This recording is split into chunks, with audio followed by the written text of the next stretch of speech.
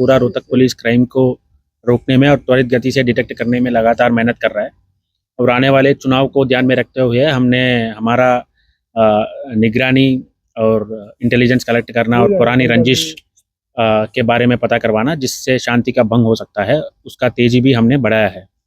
और इस प्रयास के दौरान हमारा CA2 इंचार्ज जो है, जो मेरे साथ बैठा है, सब इंस्पेक्टर सतीश जी, इनको एक सूचना मिला था कि किसी पार्षद उम्मीदवार की हत्या के प्लान में कोई पुराना क्रिमिनल कुछ लड़कों को एक सफ़ेद रंग की औरा गाड़ी में भेज दिया जिसके पास हथियार भी है, और वो IMT थाना का क्षेत्राधिकार का एरिया में उनका प्रेजेंस है।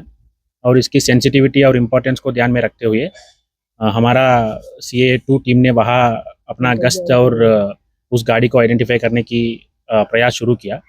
वहाँ गाड़ी का नंबर भी हमारे पास प्राप्त हो चुका था, तो गाड़ी वहाँ दिखा सफ़ेद रंग की औरा विद सेम नंबर प्लेट। तो इनको उसको रोकने का इशारा किया गया, हमारा टीम नीचे उतर के, लेकिन उस गाड़ी रुका नहीं है और उसका तेज़ी बढ़ाया। और इस प्रक्रिया में वो गाड़ी हमारा सरकारी गाड़ी को टक्कर भी मारा, जिसकी वजह से हमारा गाड़ी भी डैमेज हो गया, उनका गाड़ी भी डैमेज हो गया। और उनका गाड़ी डैमेज हो जाने के बाद वो लोग नीचे उतर के हमारा टीम पे फायरिंग करना शुरू किया, जिसका रिज़ल्ट में हमारा इंचार्ज को 2 गोली लगा। बुलेट प्रूफ जैकेट पहना था और डैमेज नहीं हुआ। और हमारा एक ASI संत कुमार, उनको भी 1 गोली लगा है। और जैसे ही हमारा टीम को गोली लगा है, तो इसने अपील किया कि ये पुलिस पार्टी है और सरेंडर होने के लिए, और उसका अपील का रिज़ल्ट कुछ नहीं आया और उनकी तरफ से फायरिंग जारी रखा।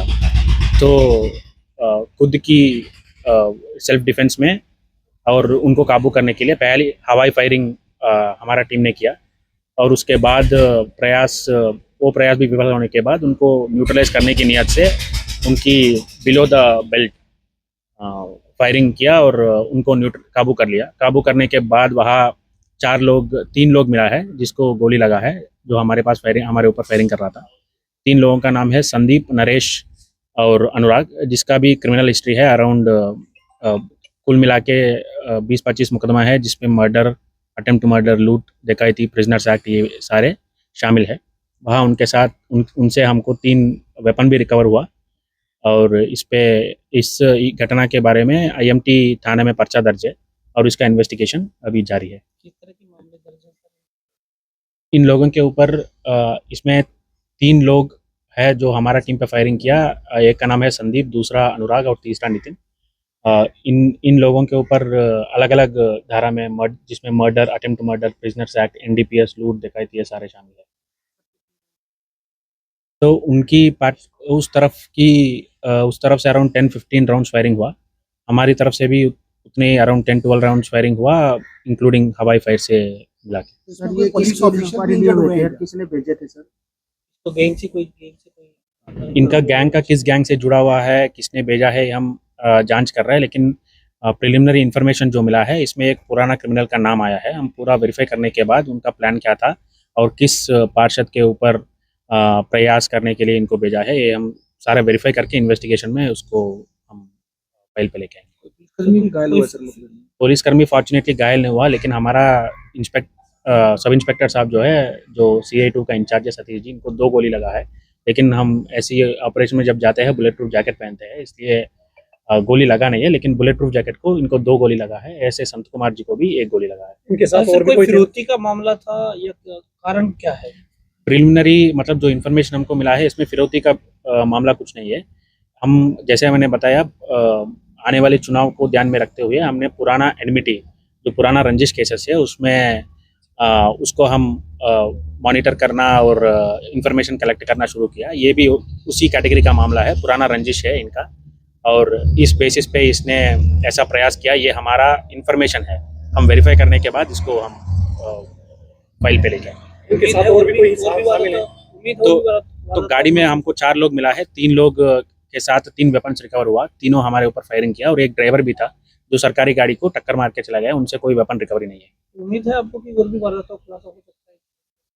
तो पूछताछ में जो भी मतलब ये सारे हम प्रूव करेंगे कि इनको वेपन कैसे मिला, क्या नियत था, किसने भेजा है, और जो भेजा है वो कहाँ बैठा है, ये सारे हम as a matter of investigation को तो कितने वेपन बरामद हुए जो इन सर? लोगों के रडार पे था क्या उसको सिक्योरिटी दी गई है क्या? तो जिसको थ्रेट है हम नेचुरली उस थ्रेट को मॉनिटर करते रहेंगे और सिक्योरिटी हम रिव्यू करते रहेंगे। तो ये जो घटना हुआ है इसके बेसिस पे हम उनका थ्रेट लेवल दोबारा एक बार रीअसेस करेंगे और अगर बनता है तो उनका सिक्योरिटी हम बढ़ाएंगे। वो आइडेंटिफाई हुए हैं कि किसके ऊपर अटैक करने के लिए आए थे, किसके मर्डर के लिए आए थे, वो आइडेंटिफाई हुए? हमको जो इन्फॉर्मेशन मिला है वो आइडेंटिफाइड है, लेकिन बिना वेरिफिकेशन हम बताना भी ठीक नहीं है।